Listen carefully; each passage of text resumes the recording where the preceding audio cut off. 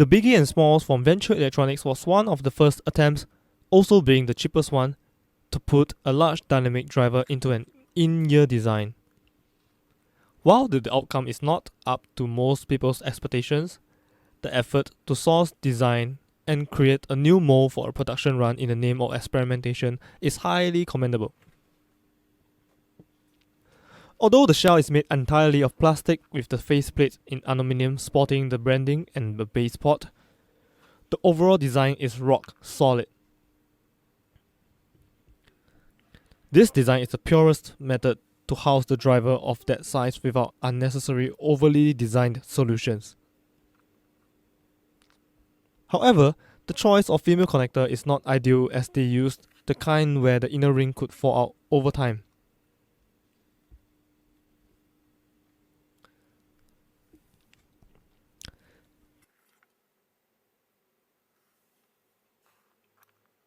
The shells of both of these are exactly the same and are lightly glued and can be opened very easily by prying with a penknife.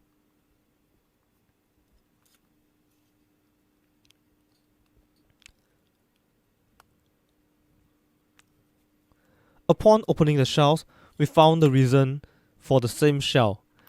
They are totally the same.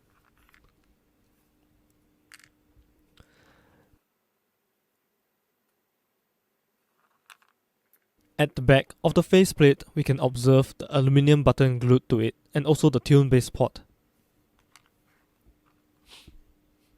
On the main housing, we find the 13mm earbud driver and the female connector housed in the cut-out slot.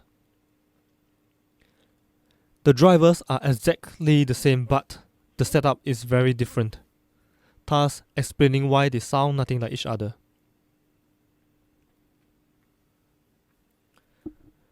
The biggest driver has only the stock damper on the back venting and is wired in phase.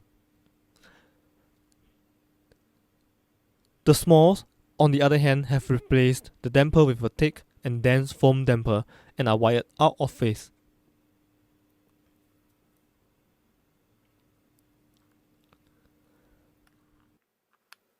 There is nothing inside the nozzle acting as a sound damper behind the mesh dust cover.